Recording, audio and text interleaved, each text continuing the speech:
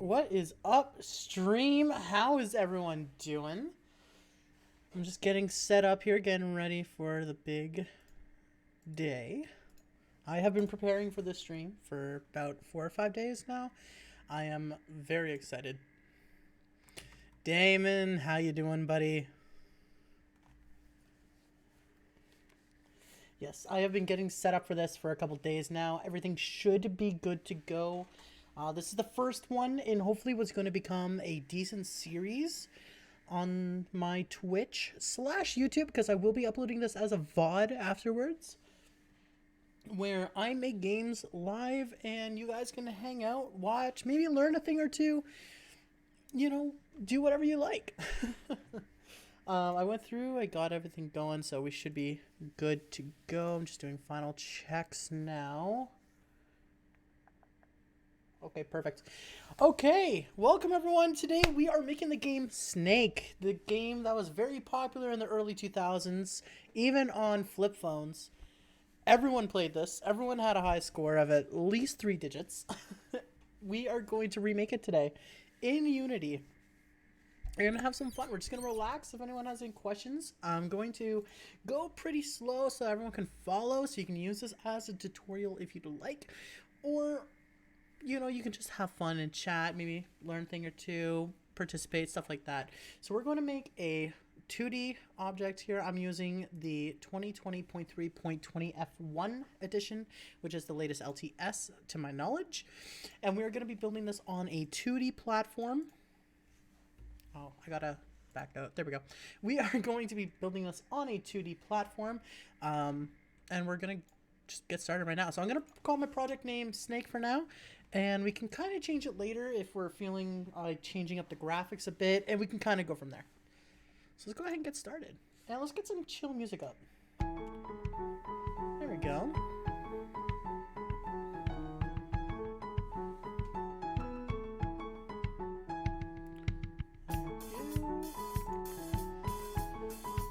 Just waiting on this to load. And in the meantime, how is everyone doing today? Post in chat how your day is going.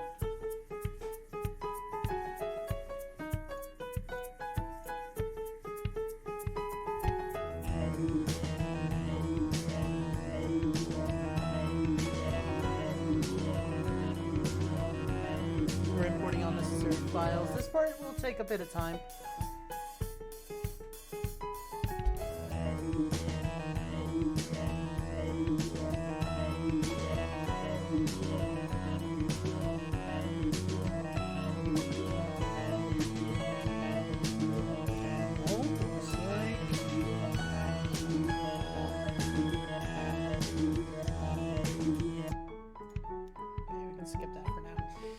Okay, let's get this scene changed over.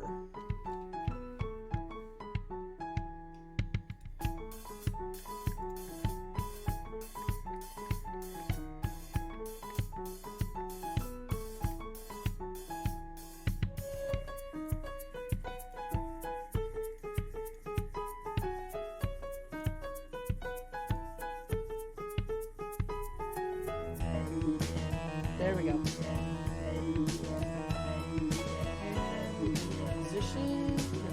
Oh, I gotta fix this. You guys can't see that properly.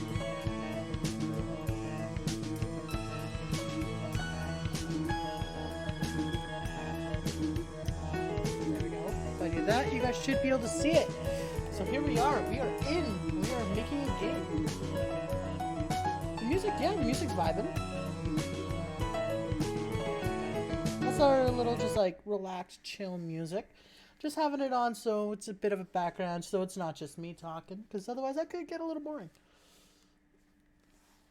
I don't have a... Hey, Flat, how's it going, buddy? Appreciate you coming out.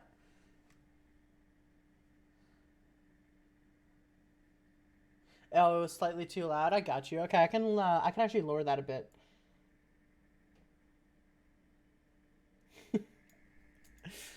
Flat, when are you done work each day, buddy? I kind of thought you were already done, so.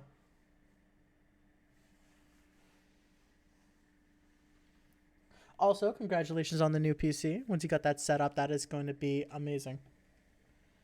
8 p.m. your time. That's 7 p.m. my time. That's actually quite late. So you start at, what, 11? What do you explain in chat? I'm going to get set up here. Oh, you start at 12. Okay, so oh, that makes sense. Yeah, you're 12 to 8. So you start at 11 my time. And then you start at, okay, cool. Well, get that money, my dude. Work on the grind.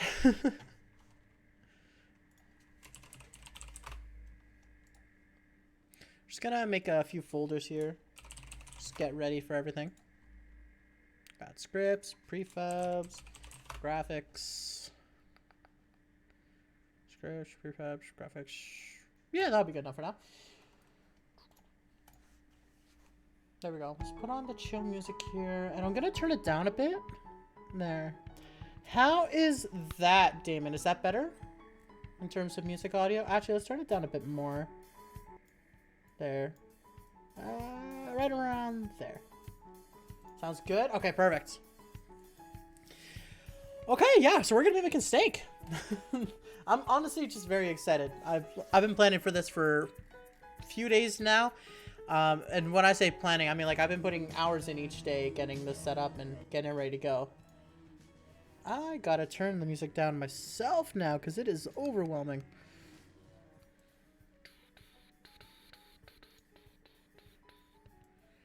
Okay, testing. No, that's not it.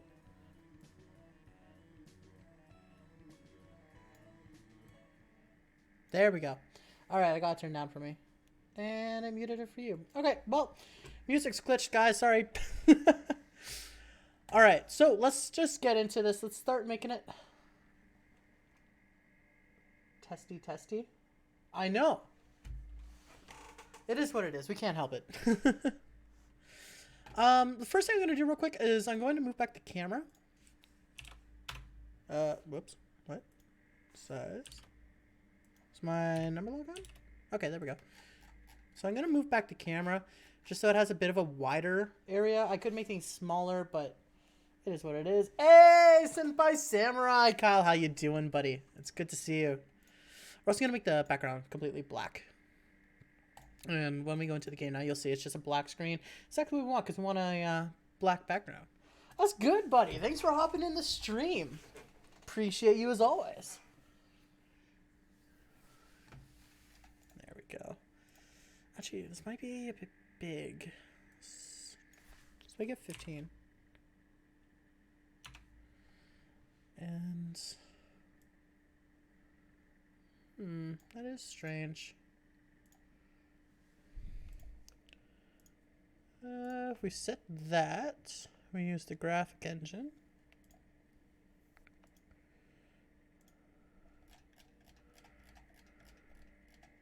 Okay, no, that wasn't what I need. Okay, that's fine. We can modify it. All right. So there is what we are looking at. So the first thing we want to do is find our point.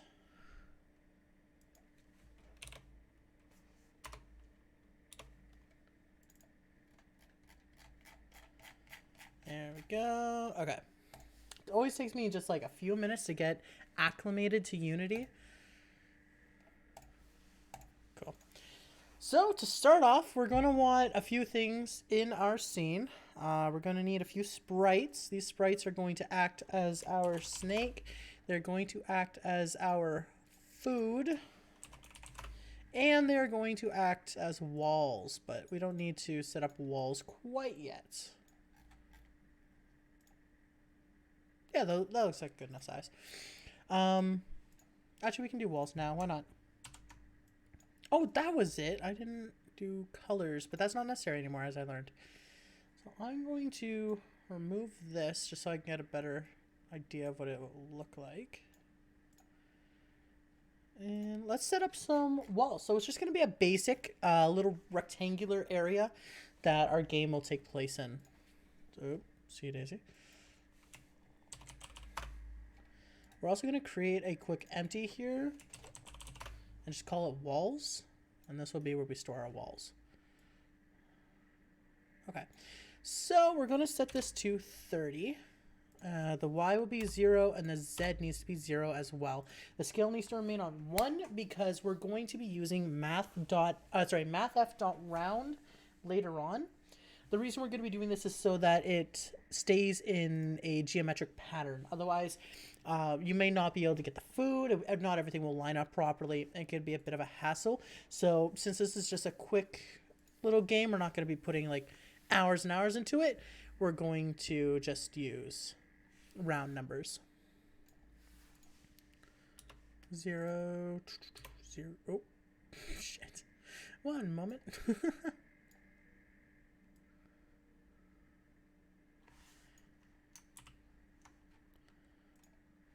Wait a minute. Is there something behind? No, okay. Y needs to be 1, and then 10. And then 20. And then 40.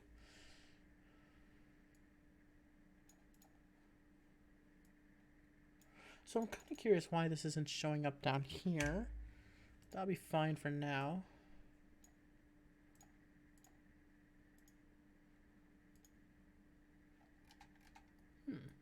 That is quite interesting. That's fine. We'll figure it out later. So let's get this. So we're gonna set this to what is it? 38. Looks like would be a good one. We'll duplicate. Oh, this needs to be 30 on the dot.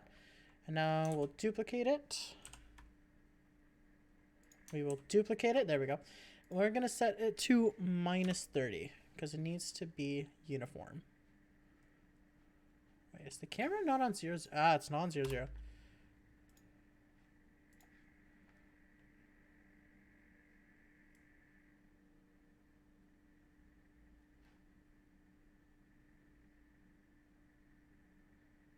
What? Why is it doing that? Okay, that's fine. You know what? It doesn't matter. It wants to be temperamental, and that's fine. We will let it be temperamental. What matters is that it is lined up in our game view.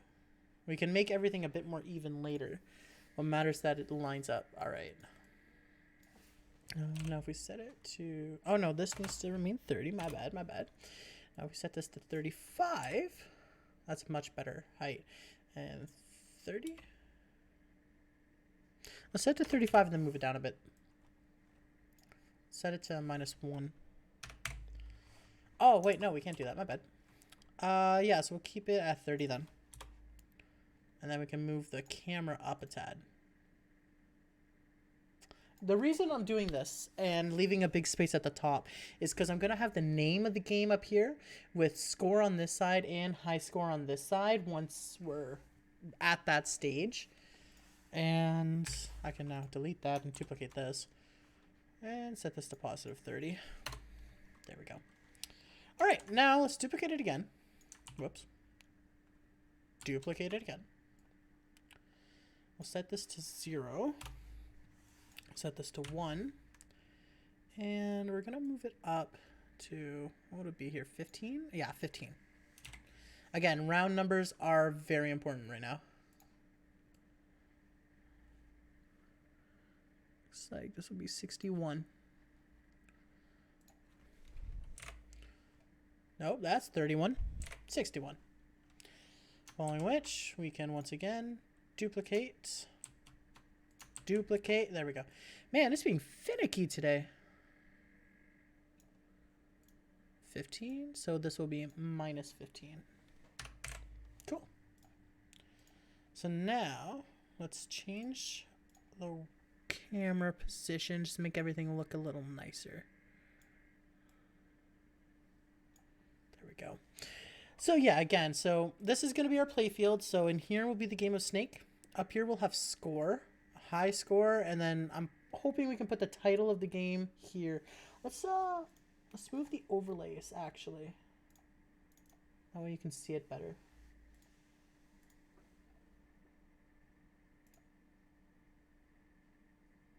Where's my notification window bar? No. Ah, event bar. Okay. I will disable this for now so that everyone can see Unity a bit better. Let's move it up a little bit.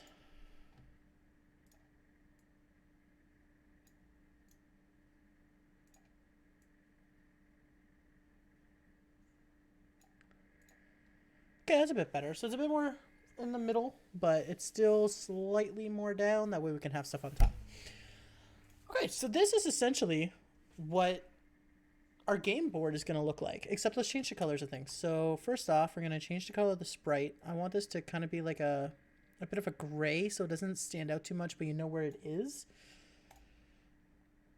And let's make our snake dude, we're going to leave him white, and then our food, we'll make that red. So now we have a snake here, we have our food, we have a big open area, then we have our gray box. We're going to need to add a few things to our game objects though, like a box collider, 2D box collider, since we are working in the 2D engine. We're also going to need, what else will we need for this actually?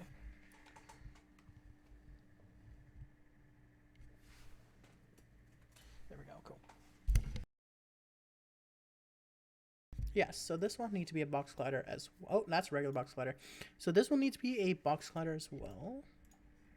And of course the same goes for all the walls.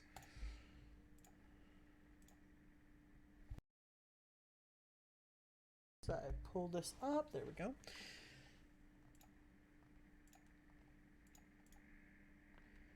So let's make a couple of these things prefabs. So let's do food. And we're going to duplicate the snake real quick, which is our main playable thing. Oh, see, there we go. Which is our main playable thing, because this will be what we add to our body.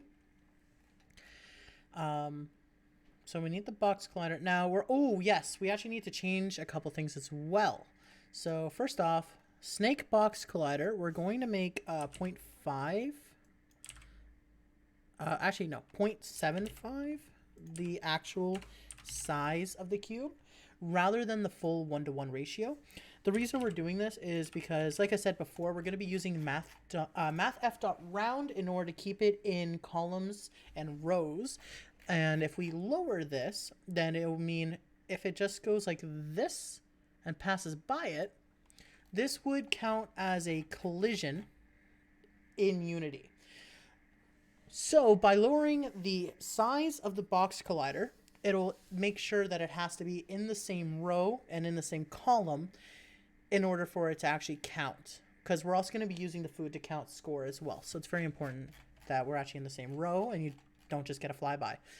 So we're going to do that for both of these, and we'll also do it for this as well. Since this will have a script on it, it's better to be safe. However, on the walls, we can leave all of these at maximum, because basically we'll use the collider on the snake itself. We're going to use the collider in order to do anything. There'll be no actual things on the script. The only thing that'll be there'll be no script on the walls. Words are hard. There'll be no script on the walls. All the scripts will be on the snake and the food, and we're also going to have a game manager as well. Okay, there we go. Cool. Well, I feel like the first step, the most important step as well, is going to be to actually get this thing to move. So why don't we work on that first? So the first thing we're going to do is make a new C# script. It's called Snake. I also open it up.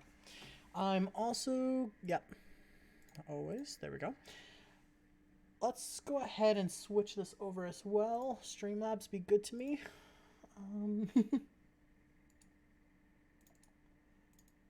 Properties, there we go.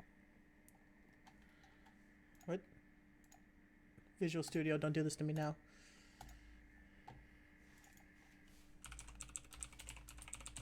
One moment, I have to log into Visual Studio Code because nothing could ever be easy.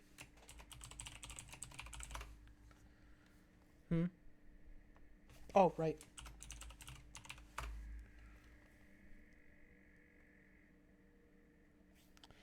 Let's see, can I change this over?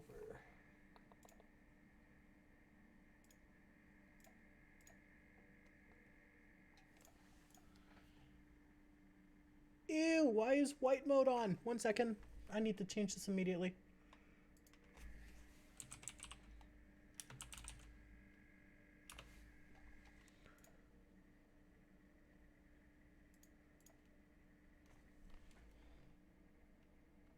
Okay, before we can do anything here, I'm gonna...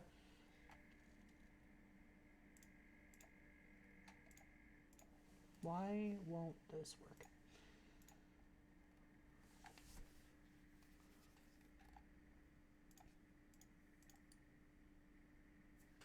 Okay, change of plans. We are going to disable window capture, and we are going to set up display capture. Done. Let's turn it on. Transition. Okay. So let's get this set up with dark mode first. I need to remember how to do that. So actually, I'm going to actually just quickly Google that.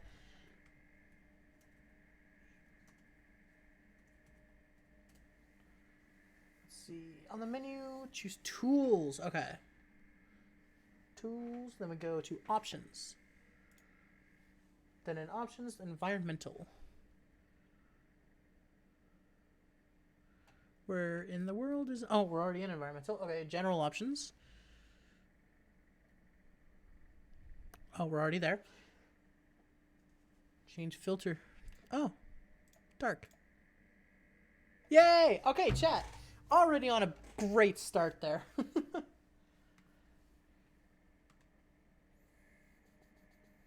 there we go. So, we are going to basically be using a vector 2 in order to control the movement of our snake. We're going to need the start method and the update method later, but we can re-add them at a later time. So let's create a vector 2. Is it not using the Unity engine? Okay, vector 2. We're going to call this direction.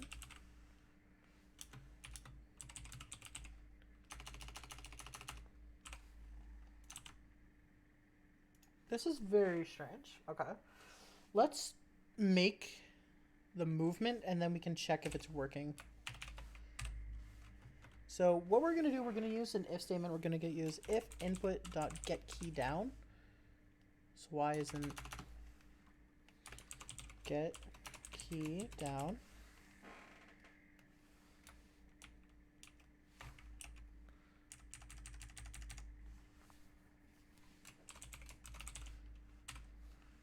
It's very actually strange to have to write this out. Normally Unity assists. Why is it even behaving this way? Sorry, chat.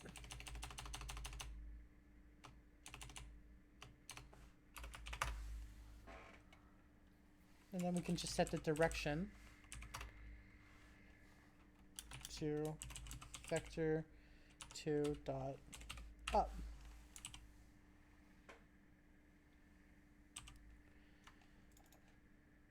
I'm going to exit Visual Studio Code real quick and see if something's not working, because this doesn't seem right.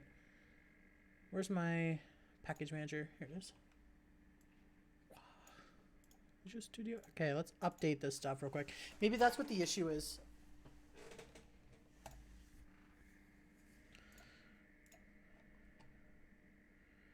Okay.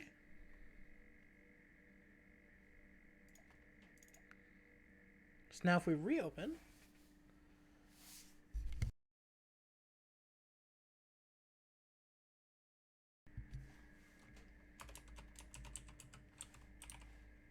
no, it's still doing it.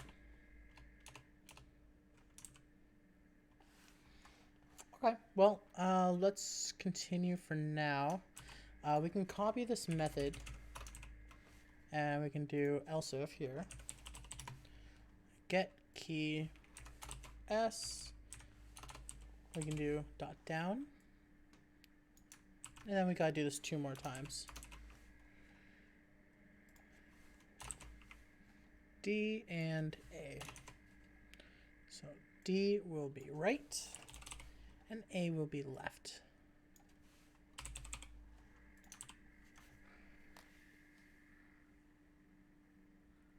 Theoretically, that should move now. I'm just confused on why it's not. Okay.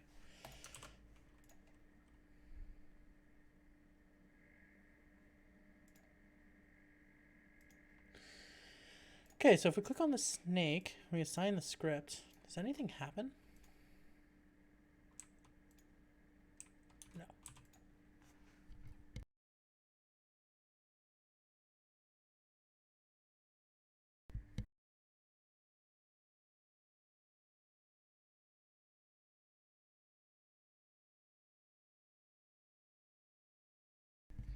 Sorry, I'm quickly Googling the issue with my Visual Studio Code and why it's not using the Unity engine. Yeah, you can tell it's not using the Unity engine at all.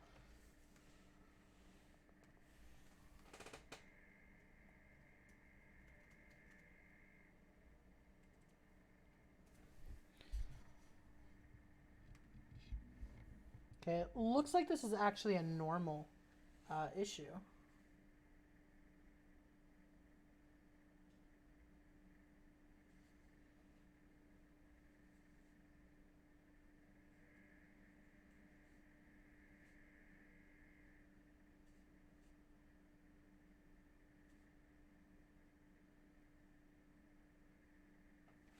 Okay, so apparently it's actually an issue with Unity, so we're gonna fix this real quick. Yeah, mono behavior can be fixed in a minute, dude. That's not. Okay, we need preferences here. Here we go.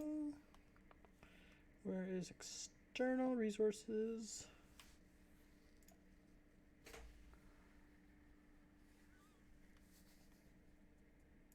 Ah, there we go.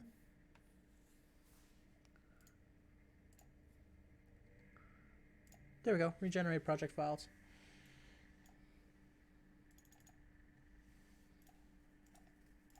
So let's exit out of this and reopen it.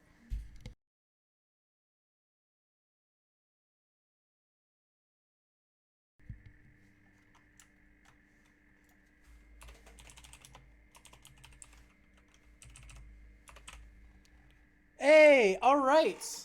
It's working.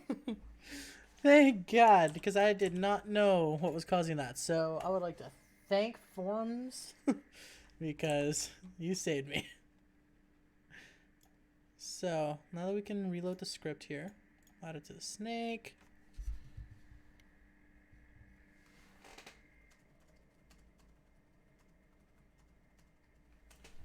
Okay. Real quick, for this, we're going to call this body. This will be the body of the snake. And this is already... There we go. That explains a lot. Let's also make this a bit shorter. We're going to make this 0.8. The Z can stay the same because that does not matter since we're in 2D. And then we'll just make this a prefab. And we can get rid of it.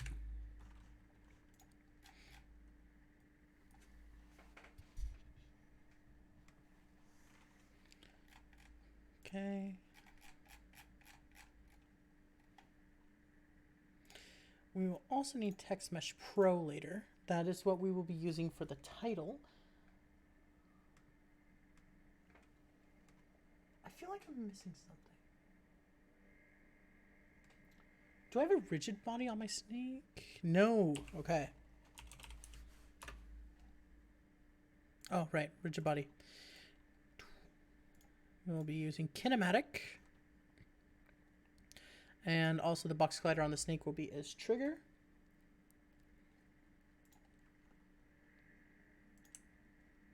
Perfect. I want to make sure I have no compiling issues.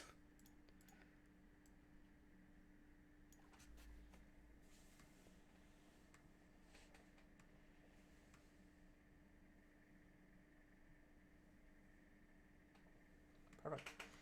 Okay, now what we're going to do is we're going to set up a fixed update in our script. The reason we'll be doing a fixed update is because depending on a computer or whatever device you're using could have a different frame rate. It could have a lot of different issues. So update is called once per frame versus fixed update is going to update on a fixed percentage time. It's not going to rely on your frame rate. So we're going to use void fixed update. as a method. And right now all we need is for this to move. So what we're going to do is we're going to say this dot transform dot position is equal to a new vector. This will actually be a vector 3 instead of a vector 2. This is, I'm not entirely sure why we need to use a vector 3, to be honest, but I know Unity breaks otherwise. So we will use a vector 3. It's not a problem.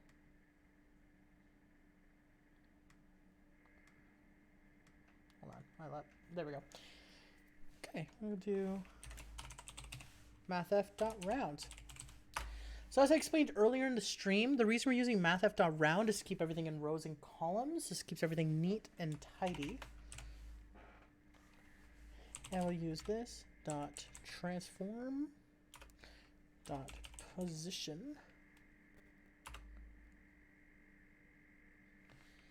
There we go. Oh, whoops. Dot x. And we'll do plus direction dot x.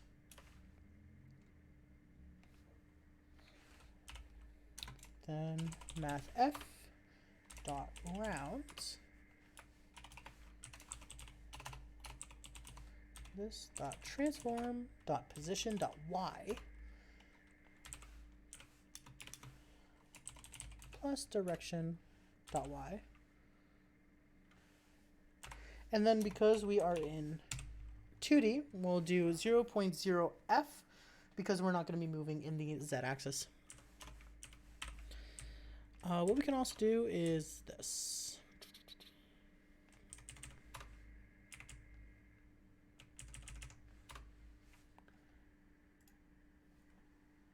Oh, whoops, I meant new vector 3.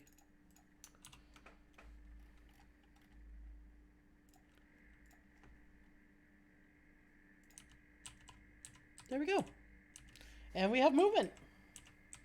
It's a bit fast. We'll need to turn it down. Actually, we can do that now, realistically. So I believe it's project settings. Oh, wrong screen.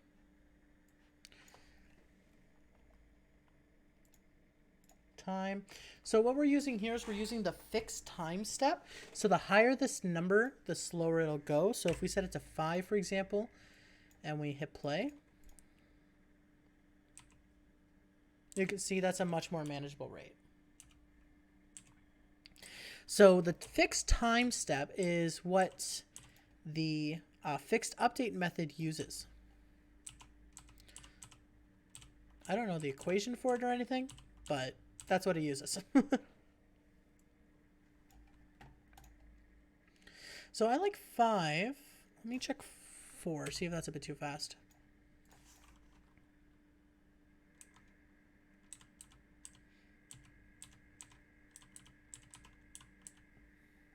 Okay. Chad, what do you think? Is this too fast, or should we make it slower? Or should we make it faster?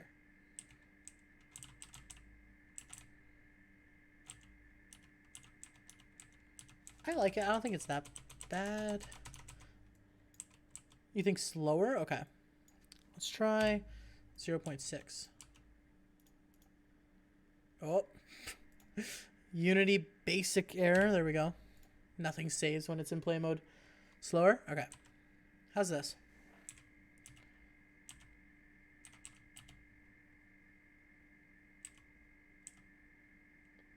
I think that's a bit better.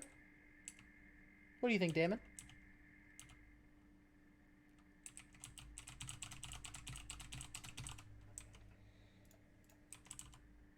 Hard to say? No worries. Well, I am going to be making the game files for this available after the stream. So if you want to check it out for yourself, that will be available. In fact, I might even do it while I'm on stream and then post it in chat. That way people can check it out at their liking.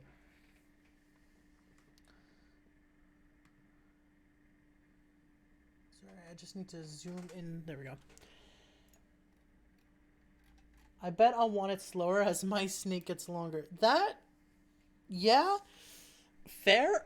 But the method I'm using, I don't know if we're actually able... Oh, that's the wrong menu. I don't know if we will be... Really? I just did the same thing again. Project settings. There we go. I don't know if we will actually be able to modify the fixed time step in script or anything. So the method I'm using to actually make this game, it is going to be one set speed rather than being able to modify speed. That's kind of one downside to using it this way. I don't mean dynamic. I mean, like, I'll have a... Oh, I get what you mean. Okay. Yeah, that's fair. There's nothing really else I can say. That is totally fair. Because you will crash. I have many times. I made this game as a test earlier today, just to make sure everything... that I was right on everything. Make sure, I know how to do it. Otherwise, there'd be no point to me streaming it. And, yeah, I encountered the exact same thing. As I got really along, I had more and more issues. Okay. So our snake is now movable. What's the next step that we should work on? Perhaps food? I think we could do food next.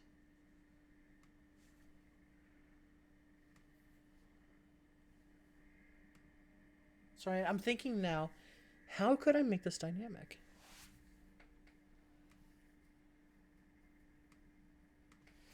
That could be really cool, and then we could add power-ups. Okay, so I'm actually going to look into how to make this dynamic. Perhaps we'll do like a step 2 where we add power-ups, things like that to our game. In the meantime, let's create... I'm going to actually need 2 more scripts. So I'm going to need a food script, and I'll need a game management script. So the food script is going to be for our apples. I believe they were apples in the original game, if I'm not mistaken. This is just a copy, but I believe they were apples. And then the game manager script is going to be what holds and updates our score, high score, as well as saves our score, because I will be using player prefs later on in order to properly save it. So let's go ahead and open up our food script here. Oh, I completely forgot something. I need a grid. So in order for our food here to actually bounce around the map, we are going to need it to know what is in bounds, what is out of bounds, where is allowed to spawn, that kind of thing. To do that, oh, what is it I need again?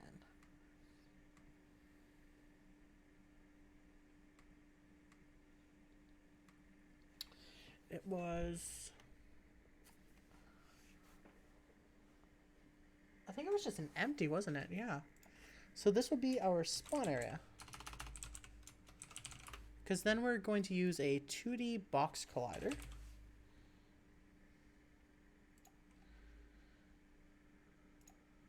There we go. Let's set the position to 0, 0, 0. And how long was this? So this was 61. So let's set the side to 61. Oh, right, because everything's not 0. Okay, we're actually going to set this to 58. I'll explain why in just a moment. And then the size, how tall were these things? These were 30, so we'll set this to, what, 28? 27. So the reason we're doing that, when things spawn in Unity, and I'm going to have to touch this up, this is not actually accurate, but when things spawn in Unity, it spawns by the center. We could change that, but that'd be a pain. So when it spawns in our apple, if we want it to be like this, so it's not actually outside or on the bounds, then we need it to be right here, which is half inside and half not. So we're following the grid pattern, right? So minus 26 and then minus 14. So theoretically, this should be able to spawn right here. Again, round numbers are important today because of the spawning.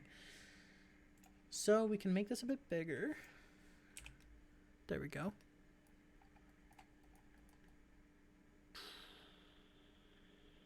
We might need to move it down a bit.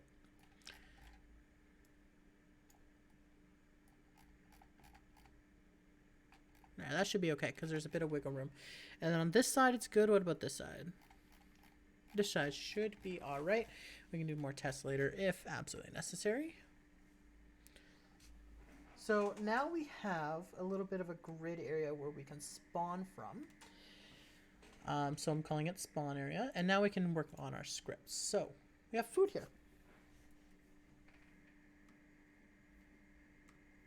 Oops, my bad. Where's my scripts? There we go. So let's just delete everything, start fresh. So what we're going to need is we're going to need to define our spawn area, which of course is a box collider. So let's do public box collider 2D. We're going to call it spawn area. So now that we have this, let's immediately do an on trigger event. So let's do a private void on trigger enter 2D. Let's change collision to. Actually, collision should be fine. I don't see any reason we need to take that. I guess we could change it. No, it should be fine. Whatever. So let's check if what hit it is the snake. So with that, we can do an if statement, and we can say collision dot tag is equal to snake. If it is, we'll do is we will randomize where this apple goes on our spawn area. Following, we can add things to the score, stuff like that, but we'll have to take care of that a little bit later since we don't have our score set up yet. So let's make another void method called randomize position.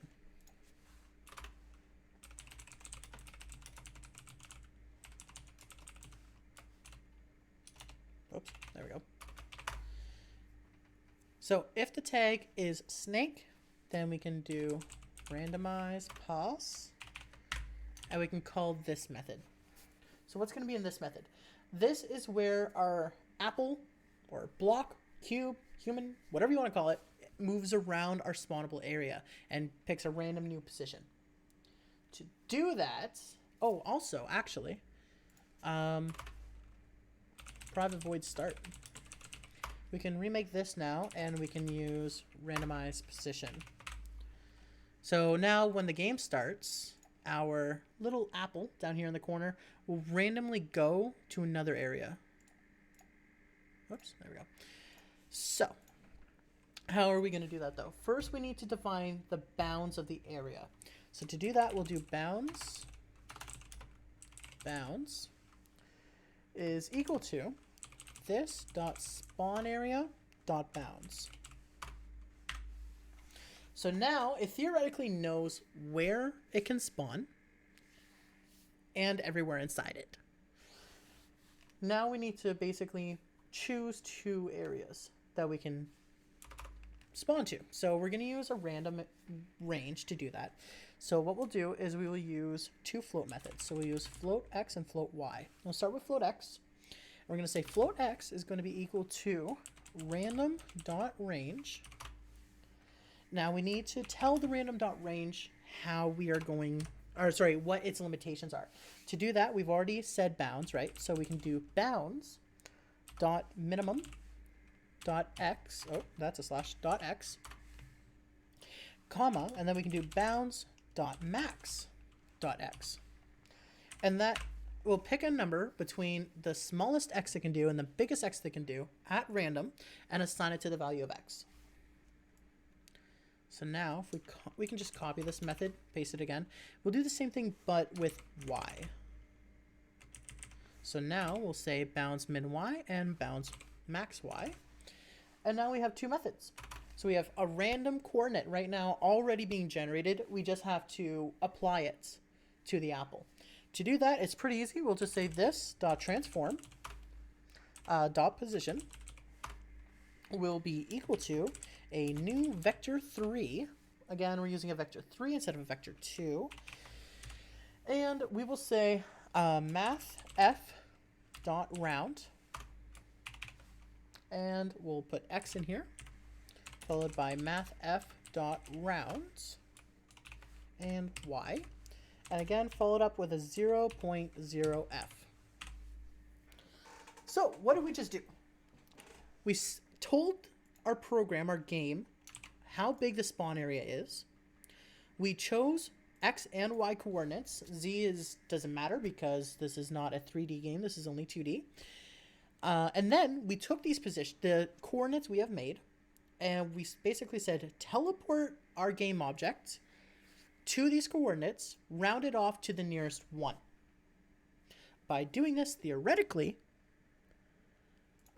we should always line up in a column and a row. Okay? So what we'll do now is we actually need to assign tag to our snake. Otherwise, it won't work. So we'll do snake. And while we're here, we also need to add another tag called, we can just call it whatever we want. Basically, this tag will be for when we hit stuff. So we'll call it a hard place. There we go. No one wants to hit a hard place. So let's see what happens now if we hit play.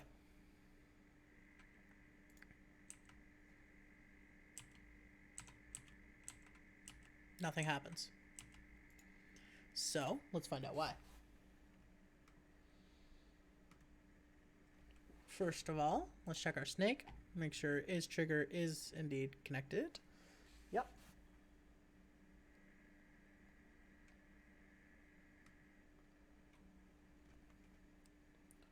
Just checking my code on the other one. Okay. And then food. I don't remember if this one needs to be connected. Let's check. So with this is trigger on.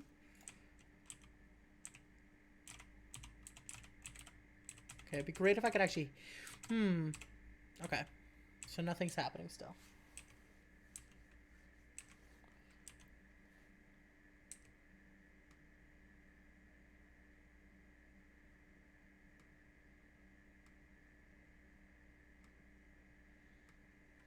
I'm just confirming something real quick, chat. Don't mind me a moment.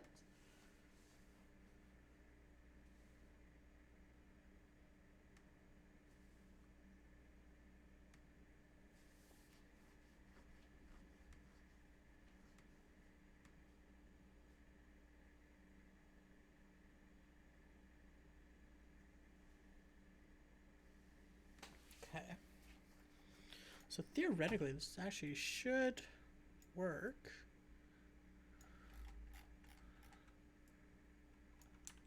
Oh, wait, I know why. My bad. We have not assigned the script. That is totally my bad. That is a beginner mistake right there. There we go. Yep, there we go. Wait, I have to remove his trigger, don't I? I don't believe this one is actually supposed to be his trigger. We know the spawn is working.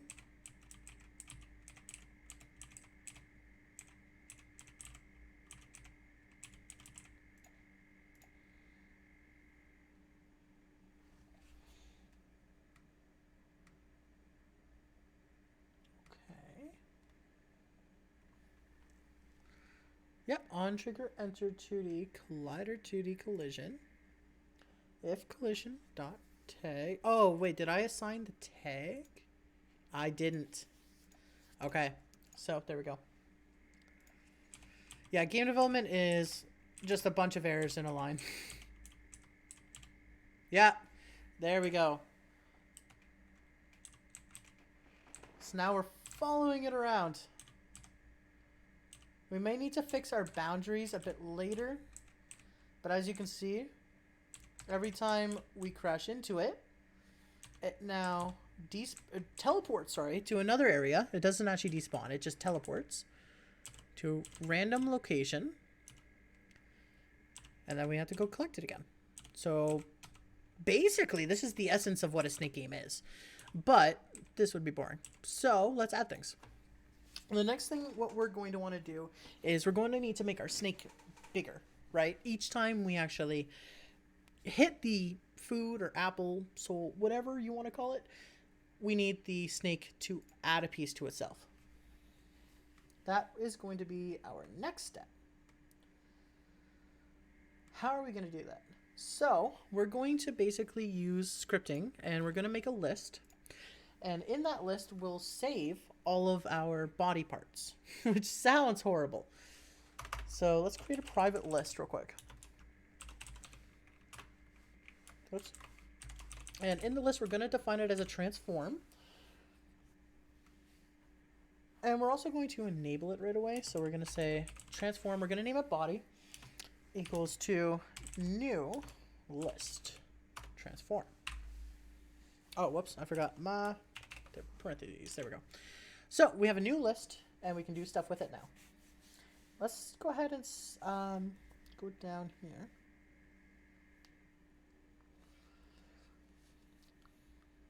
We're going to need a couple of additional things. So we're going to need 2 more methods. We're going to need private void grow.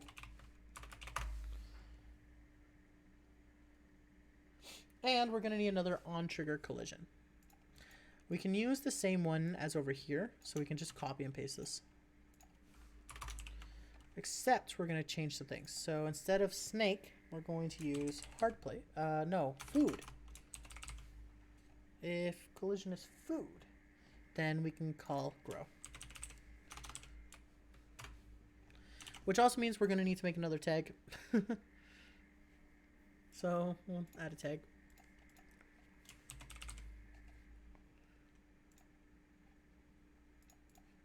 So if we go to food, there we go. And in grow, this is where we're going to have a bit of fun. So first off, we're going to need to add a prefab, and it'll have to be a transform type. So we're going to do a public transform body prefab. So calling it body because it's going to be added on to the end of our snake.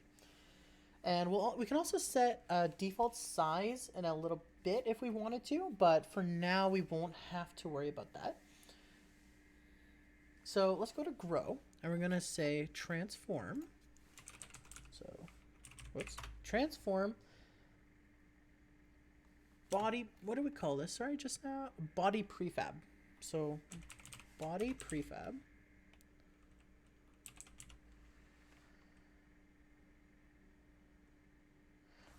Wait, actually, we already used that name. What am I thinking? There we go. Transform body part, and we need to instantiate it.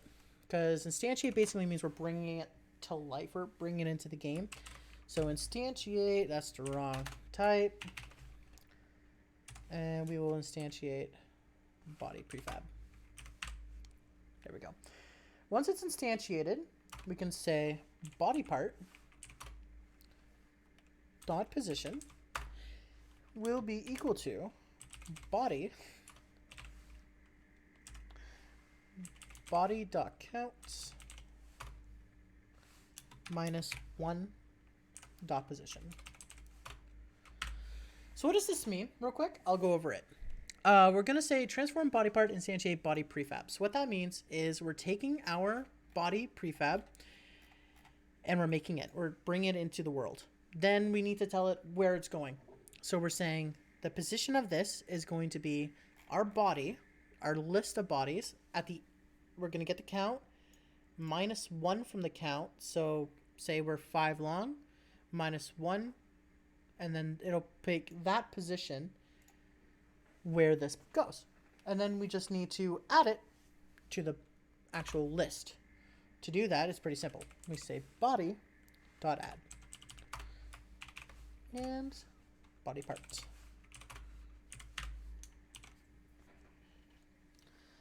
That, let me check my notes. I do believe that's all we actually needed to do for this one. We will need to assign the prefab real quick. So go to our prefabs. Here's our body. Go to snake. Cool. Let's see what happens. Okay, so there's 1.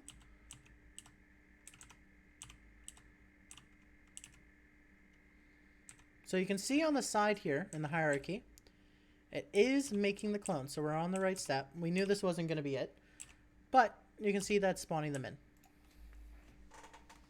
So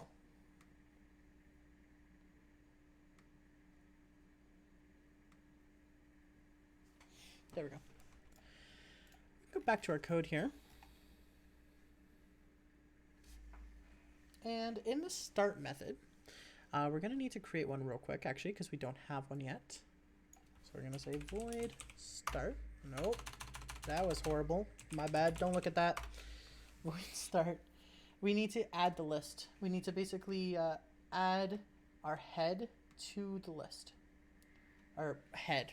The first part. We need to add like the part we're moving to our list of body. To do that, it's pretty simple. We just do body parts, or body in this case, dot add, and then I believe it's just this dot transform. Forgot to do that step.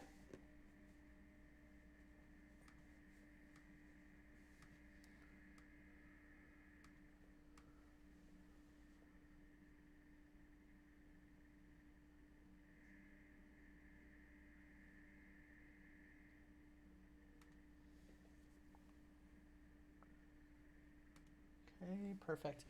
So what we're going to need to do is we're going to need to update where our body parts are. To do that, we're going to have to do it in the fixed update. Yeah. Okay, no worries. So yeah, what we'll do is we'll add it to our fixed update list here. So every time our body moves, we're going to need the rest of us to move. To do this, we'll do a for loop. So we're putting it above our base movement here because we need our body to move first, just the way Unity works. It's a bit of a pain. So we'll do a for loop, actually. So for integer I will be equal to body.count minus 1. Then we can do, as long as I is greater than 0, I minus minus. And then we can put body I dot position will be equal to body I minus 1 dot position. So what we just did, we made a for loop here, and we're saying the for loop will go as long as we have body parts in our body list. And as long as that continues, it'll loop through this, and it will constantly tell each part of our body the position it needs to go to. So again, we're adding everything minus 1, so everything stays back a little bit. So for example, our head would be 0, so we'd have to go minus 1 from that position. What? Go away. And as you can see, it now follows us.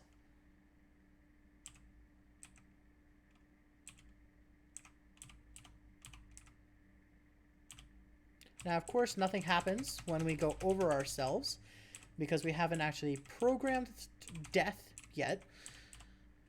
But that will be one of our next moves. I just want to get a couple more because I feel satisfied. There we go. Cool. So we now have our field. We have food that randomly will teleport throughout our area. We have a snake that is controllable. And our snake also will eat the food and grow a little bit as well. We also have a set speed. What can we do now? So our next step is probably going to have to be death. So this part would suck, but it's what we got to do. So I believe already, let me just check.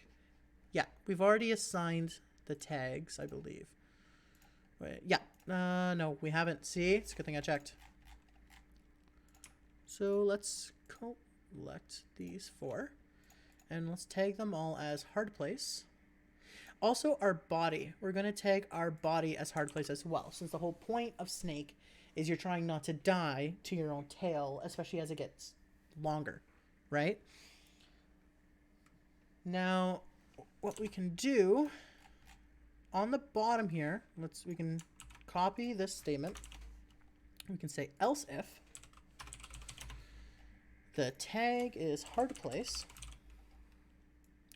we can make a new one called reset.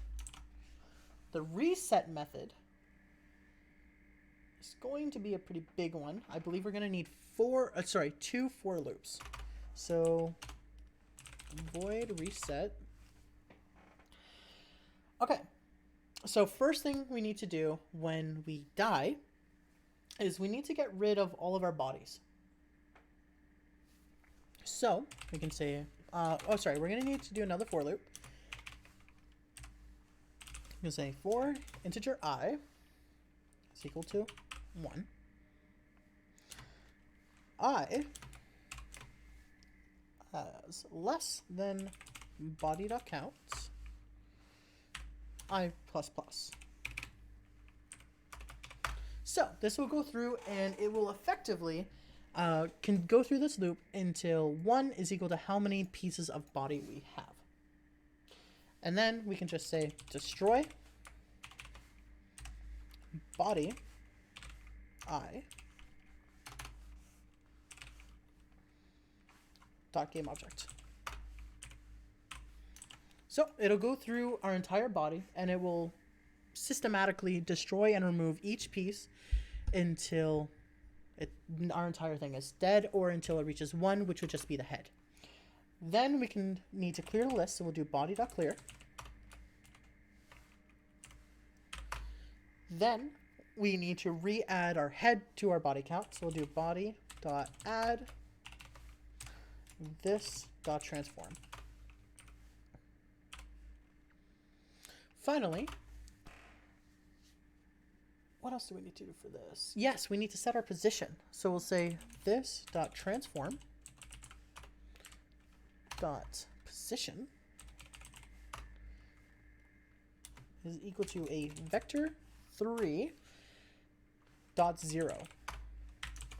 So a vector 3 .0 chat is basically saying 0, 0, 0. It's just a quick way of doing that so you don't have to type everything out. So let's go ahead and test this and see if it works.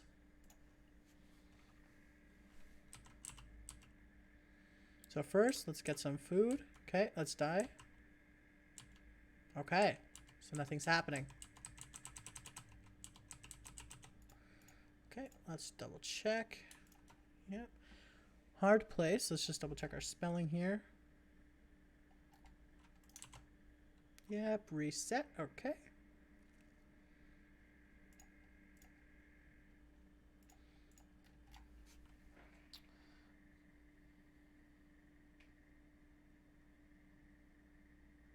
Let's double check here.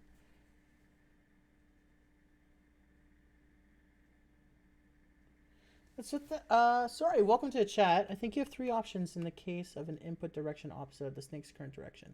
Ignore that input, instant death. The tail of the snake becomes the head and it moves in that direction. Okay, that's true. So what we are currently doing is we're setting it up so that it'll basically reset. So when you put in a direction, it'll continue to move. When it hits a wall or it hits its own tail, it will effectively reset.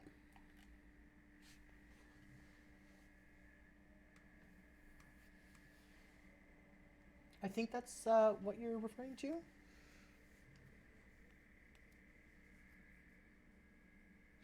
I like your option 3. So in number 3, you said the tail of the snake becomes the head and it starts moving in that direction. That sounds really cool. I have not prepared for that solution. But as I said earlier in the stream, I'm not sure if you were around for it, Zephy. What I said earlier was I can do a second stream where we do like power-ups, maybe change some of the gameplay mechanics. That would be something I would totally be down to try doing on a second stream. I don't know if chat, if you would like to see that, go ahead and let me know in the chat as well. If you're watching the VOD on YouTube, go ahead and let me know in the comments.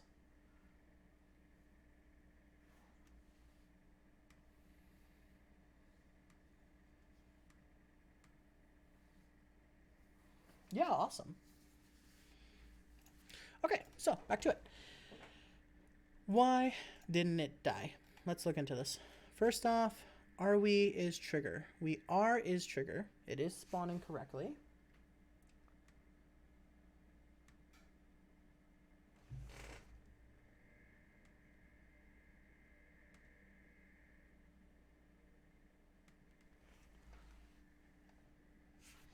Segment.add. Do.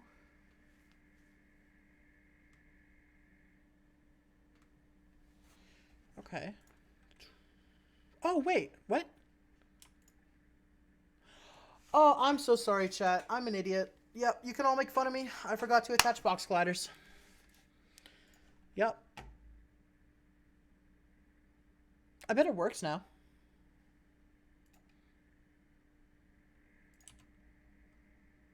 Yep, look at that. Resets you and everything. Wow, just like we programmed it. Oh, sometimes new mistakes just make me want to rip my hair out. And look at that. It also removes our tail. Just like we planned. I can't believe I've made such a bonehead mistake, but that's fine. We'll move on from it. It happens. Every time. Okay. At least it's working, though. Our next step is we can actually create we can actually do a little bit more that I wanted to do. So first one is I want to have a starting length because I don't like starting with just the snake. To do that, it's actually going to be pretty simple. We can just first off, we can call reset directly from this function from the start. That way we don't have to worry about, you know, getting different areas, all that stuff. It just makes everything a little bit nicer. We can also set a public integer to call it start size. For now, we'll set this to 1. And we can also then down in the reset function create our second for loop. So I mentioned earlier we're going to have 2 for loops in here. Here is our second one. So we're going to do integer I is equal to 1. Then, while there's more than 1 in starting size, or start size, I++. So then it'll run through this entire loop. Oh, yeah, okay, yeah, that was right, sorry. And we can just call the grow function. We don't actually have to do anything special here. We'll just call a grow function to add a body part for each time that our for loop runs, which it will run for each of our start size. So if we, did we save? Yeah, we did save, okay. If we go to our snake, let's take our start size and let's call it like 5. Theoretically, when I hit play now, it should create 5 trails behind me. Yeah, look at that. And now every time I die, I still get the base 5. Perfect. So now we have it set up where we gain a length each time we collect an apple. Each time we cross over each other and hit our own tail, we die. And every time we hit an edge, we die. And it also resets us to a certain point as well. One thing I want to fix super quick, because it will bug me if I don't fix it this second, is if I press A, right? Oh, what? Abstract? Oh, go away. If I press WASD, let's take W and S for example, okay? I press W, the snake goes up. Now if I press S, the snake goes down and immediately hits his tail and it immediately kills you. So if it's just like a misclick, you still lose all of your progress. You've lost your snake. You've lost your score. It's a bad time all around. Let's make it so that can't happen, or at least happens a lot less. It's actually a pretty simple fix. This is actually one of the things I had to work out before stream because I wasn't sure how I would do it. All we're going to say is and, which basically means and. So if input.getKeyDown is W and it's not S previously, do the code. We need to create a quick string though. To do that, we'll just say private string, and we'll call it direct, which will stand for direction, but we already have that as vector 2. So we're going to call it direct. Here it is. And we're going to say and direct does not equal down. Do this. And where are we going to set it? Right here. Direct is equal to down. So if we take this and we just copy and paste this a bit, and then We just have to mash these up. So down, down, up. Well, that's already down. Right and left. And just because my OCD is insane, I want it to match. All right. Let's take this new code we just made and copy and paste it into all here. And let's make it up. Let's make this left. And let's make this right. Boom. Just by doing that, that quick, simple fix, when we hit play, I'm going to press D. And I'm spamming A. And as you can see, nothing happens. I can go up. I can't go down. I can go boom, boom. I still have full motion. But while it's moving in one direction, it will not instantly turn around and move in the other direction. Just a little bug fix that honestly will make this game a lot better to play if you really want to play it. Again, I'm going to reiterate this because I'm showing we have 9 viewers right now. First off, welcome everyone to the chat. I hope you're having a great time. If there's anything you notice, please feel free to shout it out in chat. Or if you just want to talk or you have any questions, post it in chat. I'll do my best. There we go. Now, I'm not going to lie, this isn't a foolproof system. You still can, glitch yourself, but it'll be a lot harder now. Just by doing that. It's just by using a string. Let's see. Okay. What is our next step? Essentially, that is a snake game, but let's add a few more things. Like, first off, I would like to add a score and a high score system. So, do we have TextMesh Pro? We do have TextMesh Pro. Hey, import TMP essentials. I like that. Now add RTX. Yeah. I tell you what. I'll make you a deal, Damon. If you make me the assets, I will make this RTX. Okay. I'm not gonna make that art myself, but buddy, if you want to make it for me, I will make this into an RTX project. First of all, let's divide. There we go. I want to see the whole canvas. All right. So let's bring our text up. And we're going to call this. Actually, let's quickly just duplicate this a couple of times. There we go. We're going to call this high score.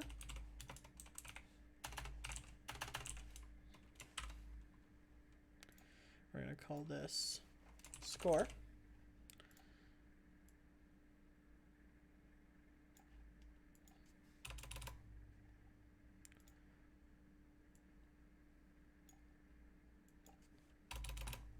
Perfect. So now we have new text. My bad. One moment. Now we have score. Now that I said it, I can't actually imagine it. Well, I mean, listen, hear me out. We could just make a first-person snake game. I mean, I tried to explain this to Rockface when I told him that I was going to be doing this stream and wanted, like, kind of ideas.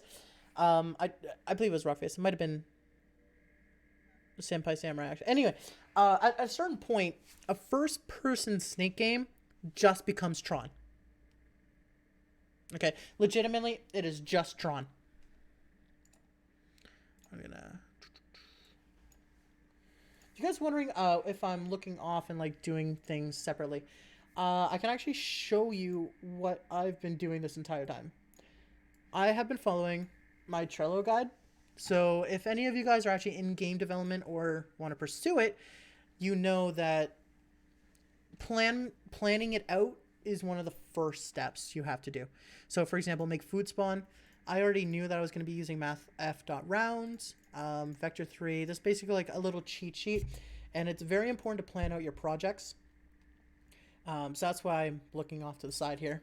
But anyway, let's do our scoring system. So we're going to need another script, our game manager script.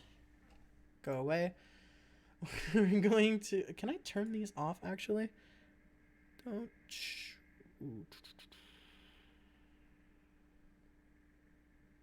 Okay, I guess I can't. Ignore that if it pops up, chat. Yeah, let's create... So we have our game manager here, actually. So let's move this in. Let's open this up. This is going to be a fairly small script just because of what we're trying to do here. All we're keeping track of is score, and we're saving it using player prefs. So first things first, we need to do two things. We need two private integers. We're going to have the first one called score, and we're going to have it set to 0. And then a second private integer, I'm going to call it hscore, and this does not need a value. Two more things we are going to need. First off, we are going to need the library tmpro, and then we can import public tmpro text. Probably should just put t pro text. Where is it? Oh, wait, it's tmp, my bad. tmp underscore text. There we go. And we'll call this score text. And then finally one more, tmp underscore text. And we're going to call this hscore text. There we go. So first off, in our start method, we're just going to say score is going to be equal to 0. Right off the bat, we're starting it off with 0, because what else would you do? Next, we are going to, yes, in the update, yeah, this should be in the update, not a fixed update. We're going to say score text is going to be equal to, oh wait, no, sorry, dot set text. And then we're going to say score dot toString. So now we're taking the score, which is an integer value, we're converting it to a string, and we're simply setting it, high score text, there we go, H. And we're setting it to this.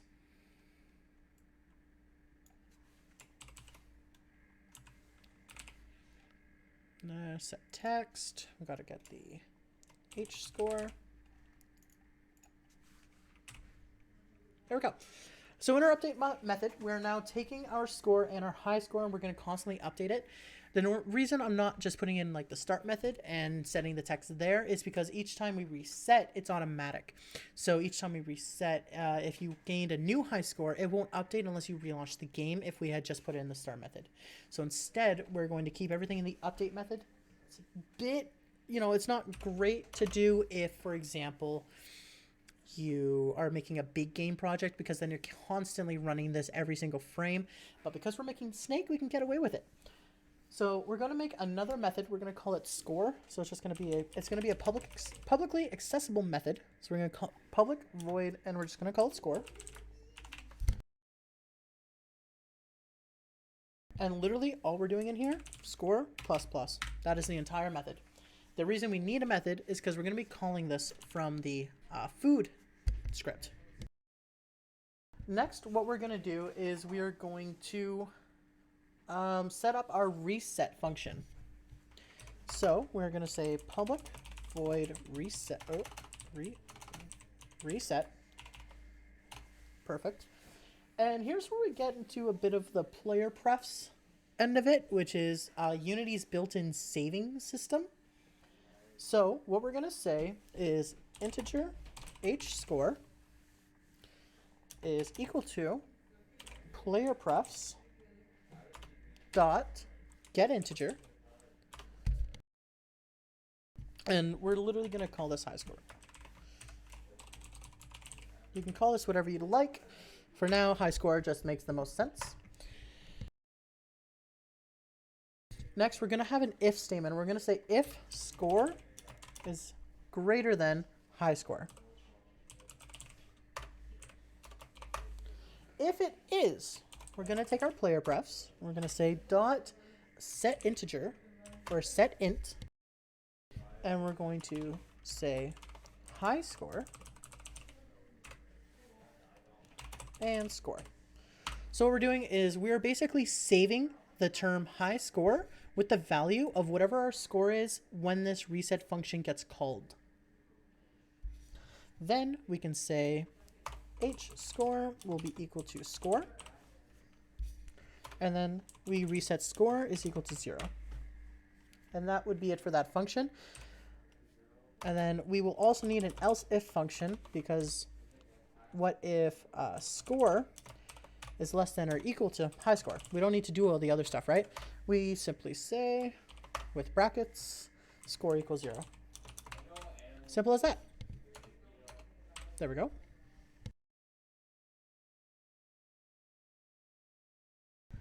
Just taking a look. Yes, in our start method, actually, there's one more thing I need to add. I'll need to say h score is equal to, we're going to use player prefs dot get, set text. Wait, set integer. There we go. And we're going to say high score.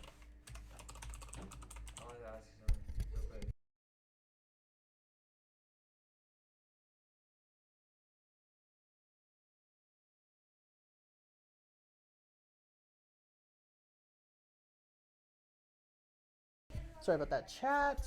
Yeah, so we're saying h score is going to be equal to player prefs dot get integer. Oh my god, I'm a fool. Get integer high score. This way, at the start of the game, we are able to set the text. Theoretically, that is all we need to do in this in order to actually keep track of scoring. And we will be able to keep a high score, and because we're using player prefs, we will also be able to save it as well. So next, what we need to do is we need to call our game manager script from food and snake. Otherwise, nothing will happen with it, right? So the first thing we need to do is we need to actually create a way of communicating with the script. So we're going to say public at the top. There we go. So we're going to say public game manager. And in the randomized, in the collision, we're going to say manager dot add. Wait, what is it? Is it add? What did I call it? Wait. Score. My bad. Score. So this will call our game manager script. It'll call score, which will plus it. That's all we need to do. So now every time we collect food, not every time it randomly spawns, but every time we collect it, we add 1 to our score. And then in our snake, we need to do the same thing. So we need to do a public. We'll put it underneath this. Public game manager. We're going to call it manager again. Then on our reset method, where should we put this? Actually, underneath everything, I think makes the most sense. Let me just check my notes here. Yeah, underneath everything is where I put it before. Can I do? Oh, okay. So at the bottom, we'll say manager dot reset. So theoretically, this should now keep track. There's a few things we'll need to do in game here, or sorry, in editor, I should say, not in game. Like for example, on our food, we now need to tell it game manager is here, and our snake, we need to tell it game manager. Where is it? Here it is here. And in our game manager script, we need score text, which one is that? Score and high score. Okay. So game manager will say score text, and we'll also tell it high score text. There we go. Theoretically, let's test this. Theoretically, it works. Just collect it. Okay, scored 1. Scored 2. Okay. So it didn't update high score, but score is working. Let's kill ourselves real quick. So score is resetting. So why isn't high score getting updated? Let's check on this. So when we reset, integer high score is equal to player prefs dot get integer high score. If score is greater than high score, player prefs dot set integer high score score. H score is equal to score. That's score. Oh, okay. Wait. I see what we did. We need to say... Wait a minute. No, because we're defining it up here.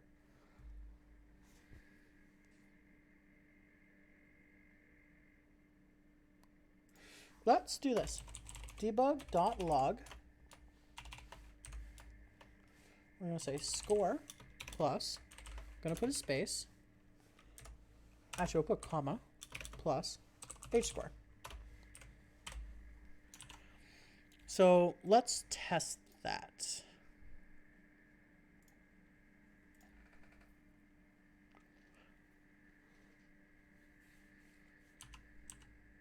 Oh, wait, okay.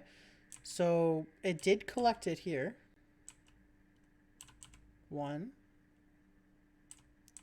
2, 3, 4. So now let's kill ourselves. Okay, so it said 4 and 3, so it didn't update high score.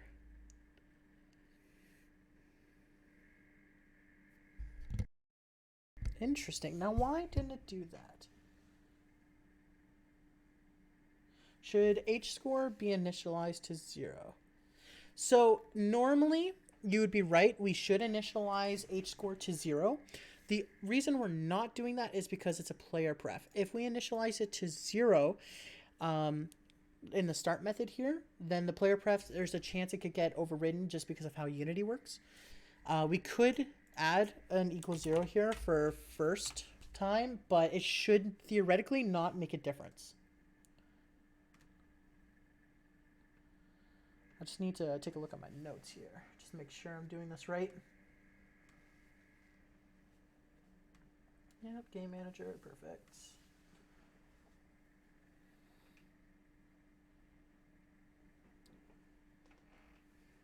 Perfect. Yeah, so I'm just checking everything here. So start h score, player prefs dot get integer high score, update high score dot text equal to h score. So it's literally just h score is equal to score. So why isn't... Oh, wait a minute. I'm a fool. I did the debug.log on the wrong side of it.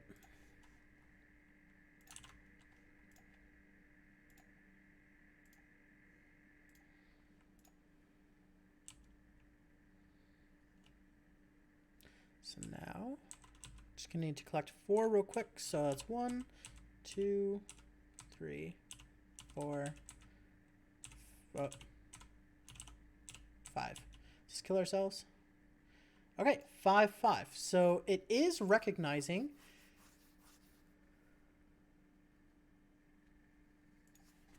Is it because this isn't a public? That doesn't make sense, does it? I'm not gonna lie, I didn't encounter this issue earlier when I was practicing.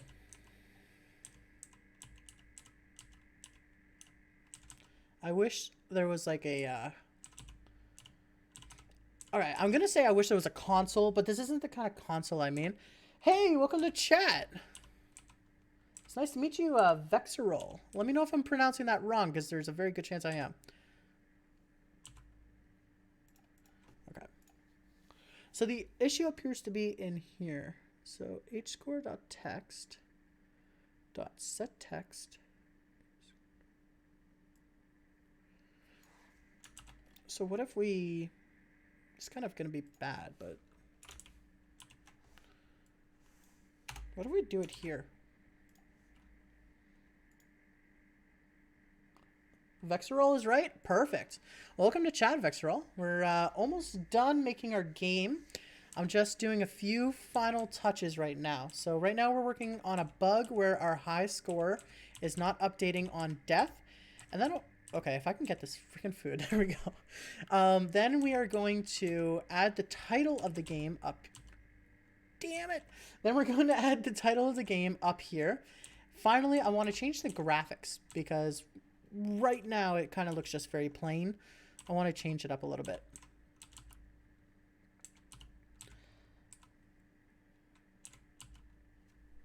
Come on, give me 7.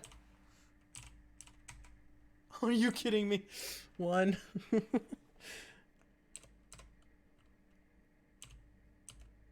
Okay, I'm about to set the speed to like 1. Just so I can beat this game.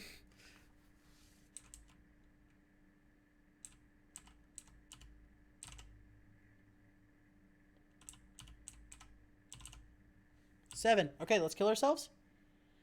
Okay, why didn't it update? Chat, I'm gonna turn to you guys. Let's see if you guys know what is going on. Wait a minute. Wait, no, okay. If score is greater than H score.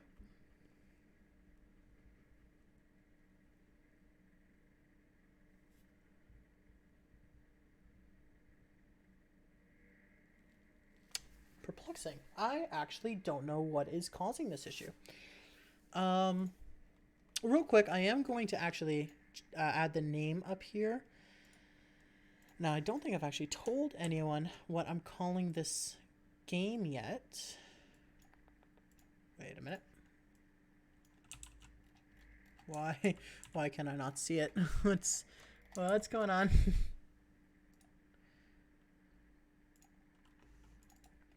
UI text. What's going on?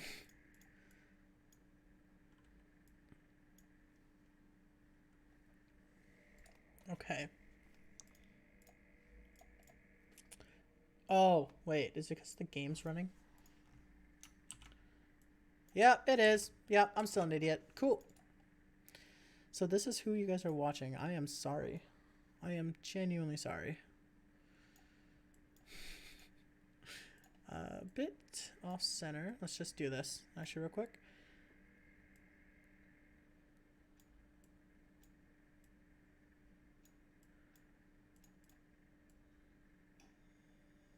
So I'm going to call this game Soul Reaper.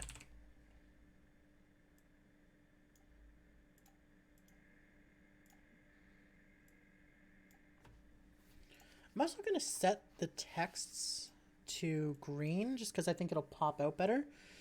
And yes, I am stalling for time because I have no idea what's causing that issue.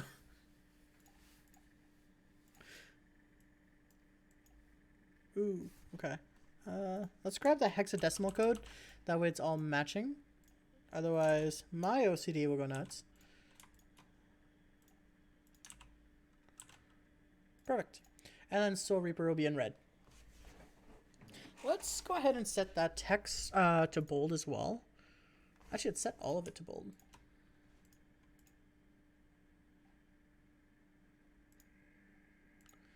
Hold on. Let's move this back. Okay. Why isn't this working? I'm going back to it.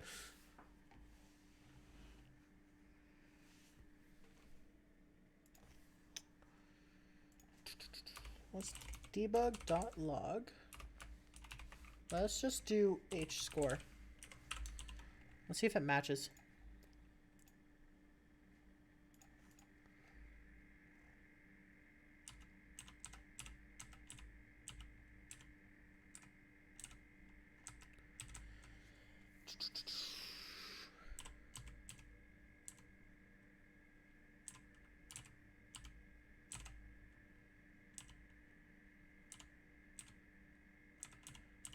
Okay, let's kill ourselves. Okay. So, what? Wait. Okay. Hey, Damon. Damon, I'm actually gonna see if you know what's going on with this. So, our debug.log confirms that H score is set to 8, and yet hscore.setText isn't updating to... What?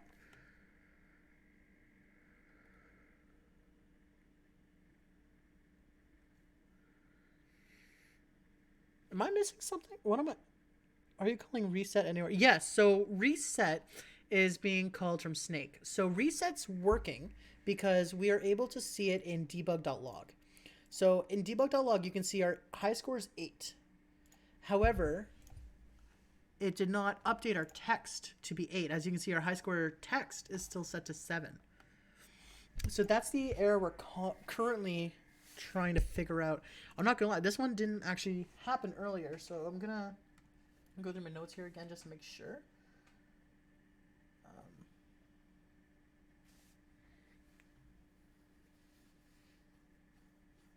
Private void update, yep.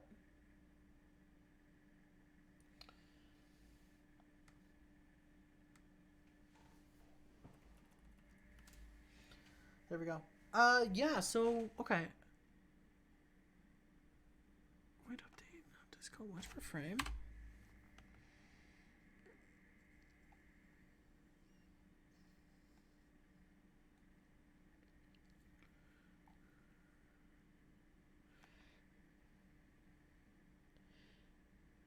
Right, yeah, exactly, Vexrel. So I'm taking a look right now. I can't actually figure out what the issue is here. So we got our update function here. So we're saying score text dot set text score dot to string. That's working. H score text dot set text is working. Kind of.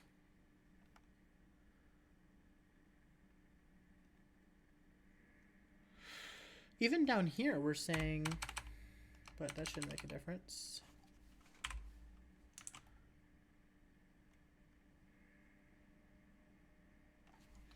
Unless.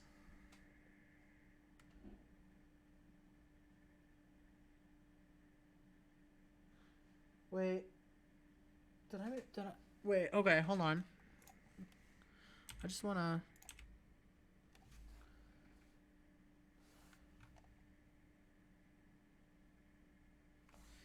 The player prefs get updated. So I'm going to go ahead and post your quick answers in chat rather than DMing me. But the player prefs are getting updated. It is just the text that is not getting updated. However, I want to see if that actually fixed it. One moment. Oh, I'm going to have to get 9 this time? Okay.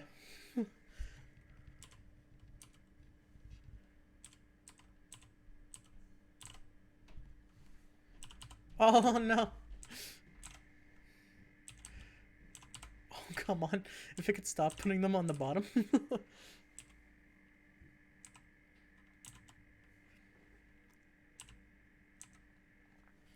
In chat, I'll explain why I named it Soul Reaper in just a moment here.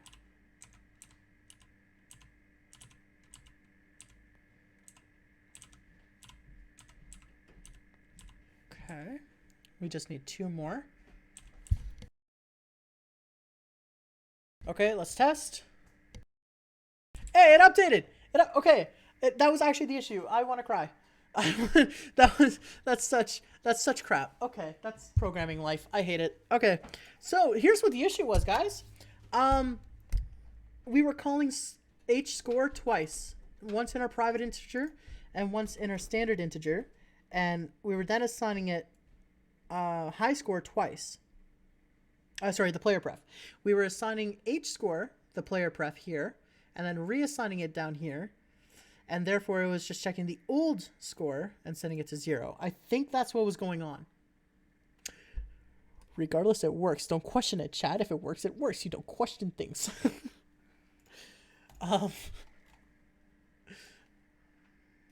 Yeah, Vexrel, what's up? It works. Don't question it. I learned these things when I was in high school. Don't question it when it works.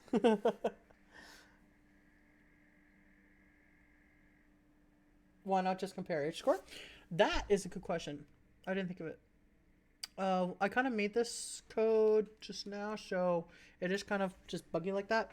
We could theoretically try comparing H score though. So if we do H score, we can actually just get rid of this too. So yeah, on the start. Oh, right. I know why.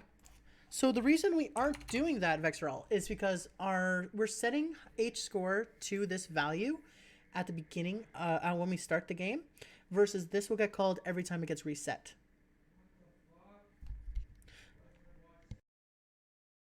The only thing is maybe we can just use H score. Okay, I think I'm starting to see what you mean. So if we do H score,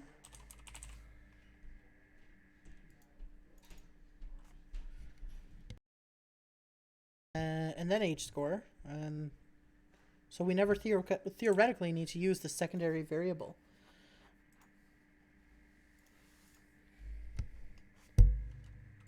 Let's see if that. Oh, I'm gonna need 10. Are you kidding me? Let's see if this works. As long as we don't get any on the an edge, we shouldn't die.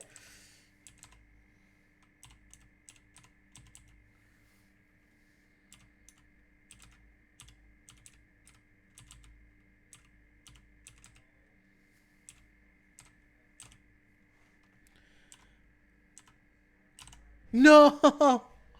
So remember when I told you guys that sometimes the glitch can still happen where you turn around on yourself? Yeah, it just happened. So, you know. If you guys are ever gonna make a game of Snake on your own, for testing purposes, you should like the game of Snake.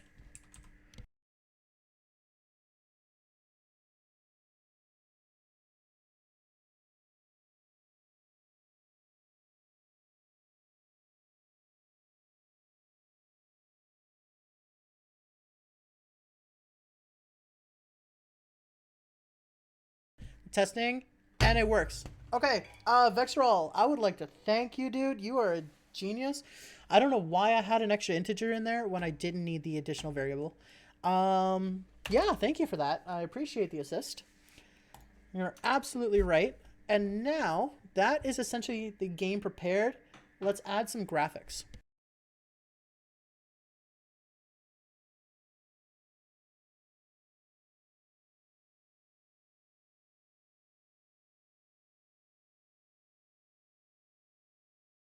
So I'm going to real quick, I'm going to put myself on Be Right Back only because I'm showing my desktop for a second and I don't want to show that.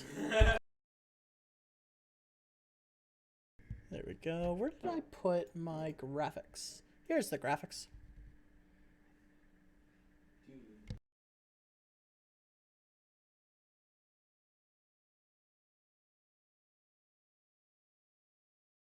Okay, there we go.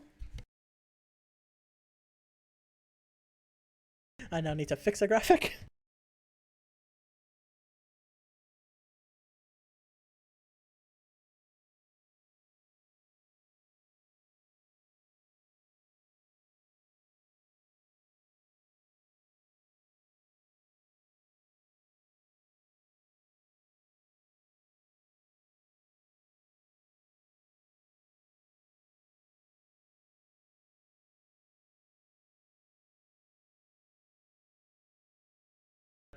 Man.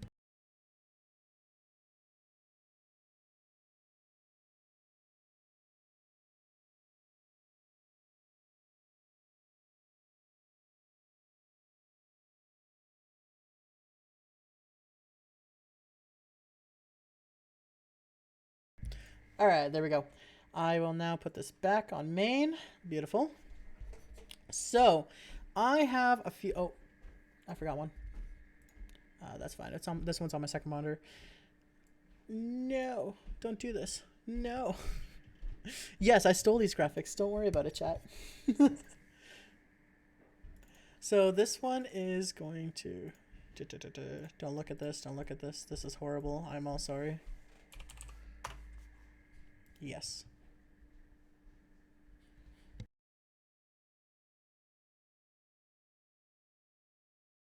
Oh, you guys can't see my screen, can you? My bad. Let's get this fixed.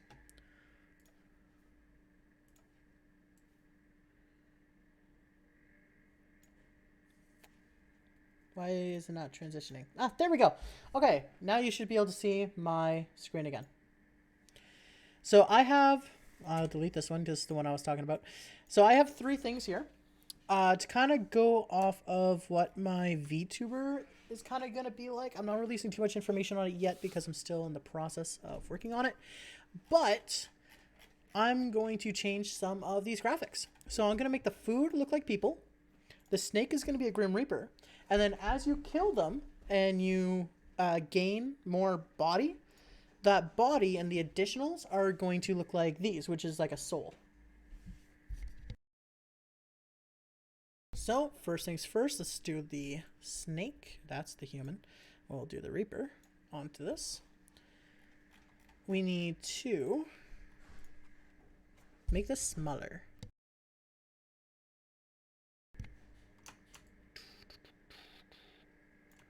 So we're going to say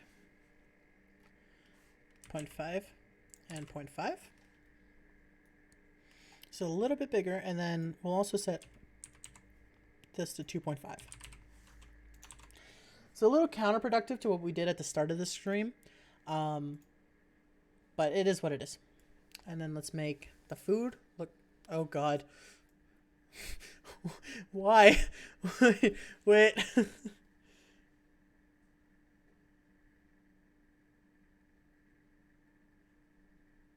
It's what we make it? What do you mean, Senpai Samurai? What do you mean? Okay, we'll scroll this all the way down too. There we go.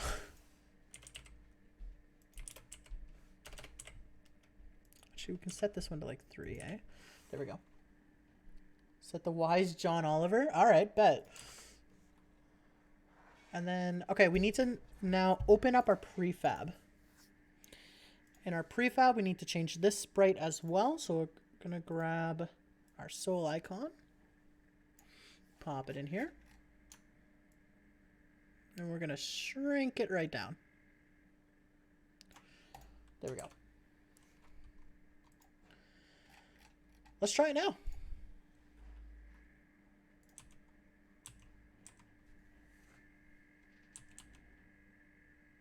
And there we go, chat.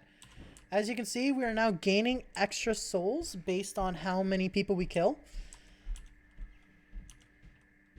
You don't want to go too close to the edge now because it is going to have a bit of a wonky hitbox because, you know, this looks cooler. And honest, oh, okay, no, actually you can get pretty close to the end. There we go. But essentially this is our game. And as you can see, we're already at a high score of 17. I believe it might be much easier now that we have icons, but that's fine. Oh, this makes me laugh, yo. Okay, and now if we die, there we go. And you can see it updated, high score 22, score of 0, and we'll just constantly spawn with souls behind us, which is kind of the main benefit to using a 2D asset is it's just sprites. So it's very easy to actually move and like change. When went on a walk to... Oh, you went on a walk to the bus stop? Nice. And there we go. So now what we can do... Oh. So now that this works, I intend to make this fully available. So we have been... Oh my god. We have been live for 2 hours making this game. That's actually insane. I did not think it was that long. And... let's go ahead, compression method, yep. Player settings.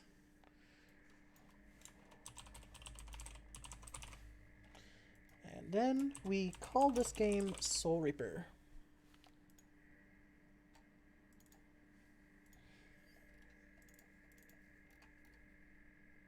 Okay, this is for that. Let me just make sure. Yep. Default cursor, actually, the cursor can be a soul. That looks cool. I like it.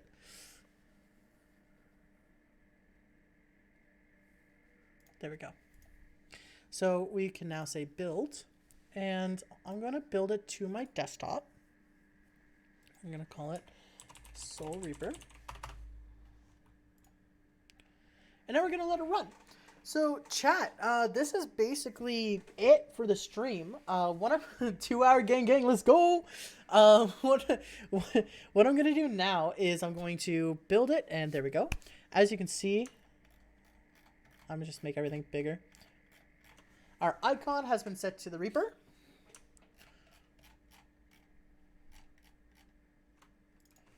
And if we launch it,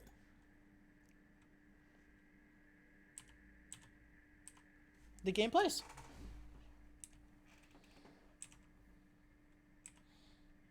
This is in effect a game of Snake. There's not really more we need to add to it. There's a few more things I wanted to do that I didn't have the ability to do. Like, for example, let me pull up my list here. So, auto restart when collides is done. High score and scoring system done. So I wanted to change, oh yeah, change models from blocks to something cool. Done. The only other two things I wanted to do is I wanted to make an enemy AI script, and I wanted to add upgrades and downgrades as well that would that would spawn on the map. However, I don't have time to do that today. Now, who was it? I believe it was Zeffy. Zeffy recommended a really cool thing. Let me scroll up in chat here. Here it is. I think you have 3 options in case of an input direction opposite of the snake's current direction. 1, ignore that input. 2, instant death. Or 3, the tail of the snake becomes the head of it and it moves in that direction. That sounds really cool to me. So, one thing I'm considering is on a future stream, we can add upgrades and downgrades. And instead of having it so that, oh, where's my, here it is. Instead of having it where if you're moving up and you press it down, rather than A, killing you, or B, preventing the input, we could take Zeffy's idea and basically make a for loop saying, make the position, whatever, and have it go in the opposite direction. That would basically just move the head all the way down the body. So that's something we could theoretically do as well. If you guys want to see that, let me know, and I'll be happy to do it. The only other thing is let's make this available. So we're going to use Mediafire. And I'm going to actually move this to my other monitor because I will need to log in. You could push some blocks, wrap around blocks to trigger something or gain points. That could be cool. We could theoretically make some sort of IO style game where you have to encircle something. Oh, like if we add an enemy AI, maybe you have to grow big enough to encircle the enemy. And if you encircle it, you kill it. And then it's no longer on the field. That would be doable. And then we could just have the AI basically... I don't know. We could basically have it so it's like math.random move in direction. And then we can also have it so it's like it moves so much in that direction. And then uses a random number generator, chooses 1 to 4, 1 each being a direction. And then it can move in that direction going forward. Theoretically, the enemy could kill itself. Or you could encircle the enemy entirely. That could be cool. So, yeah, if you guys want to see that, let me know. We can potentially do a V2 to this. It wouldn't be my next stream or anything like that. My next stream will probably be on Sunday when I will be gaming again. My next games stream, however, I haven't actually picked. I'll show you guys what I'm thinking right now, and we can kind of go from there. So let me log in here. I'll log in with Twitter. So let's new. We're gonna make a compressed.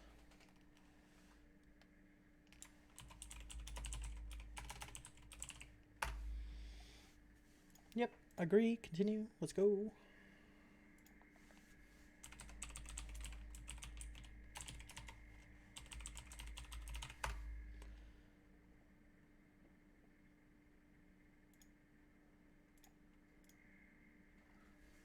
Come on.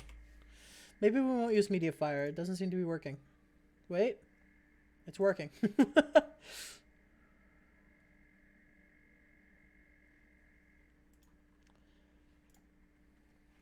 Okay, I'll take this. I'm going to upload it.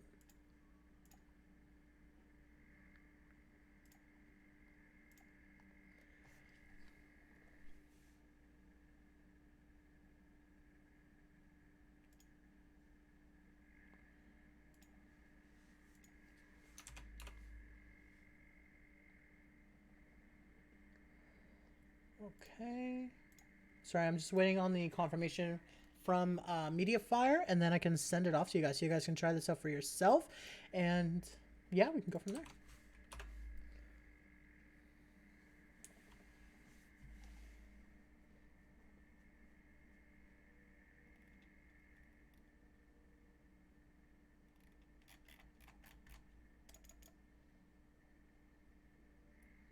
Okay, cool. I will post this in chat right now. So go ahead and use that link if you guys want to gain access to the game. I will also be posting it on Twitter right now. So if you guys want, you can also follow me on Twitter where I will be posting all the games that we work on that are on stream. Let's go ahead and tweet this out. Hey. want to check out the game we made on stream.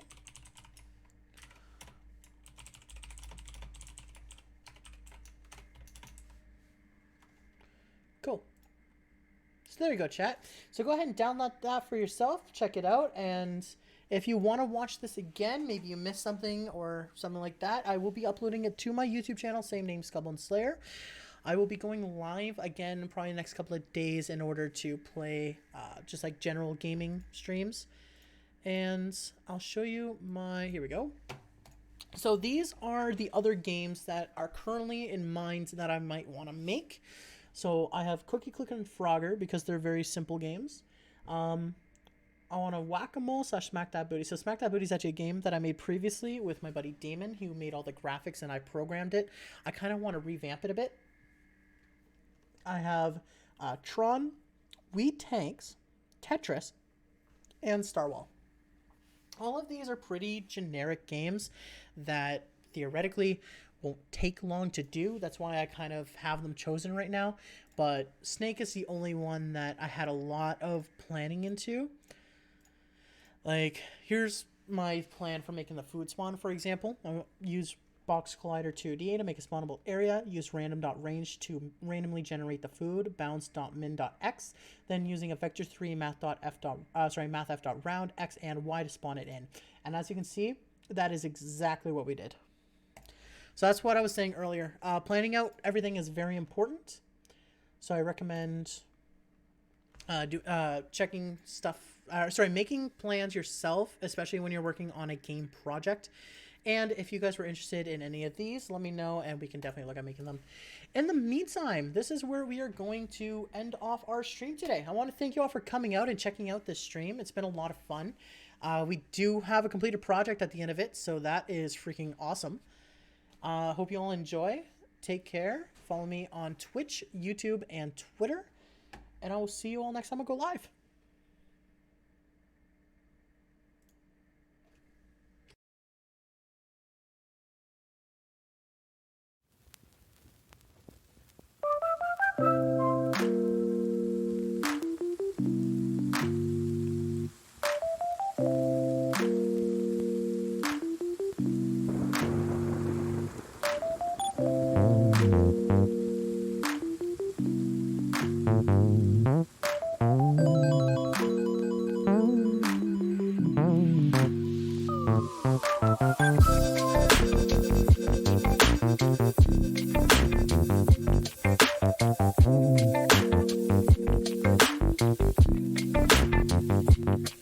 Hey, thanks for the follow, Zeffy. I really appreciate that, buddy.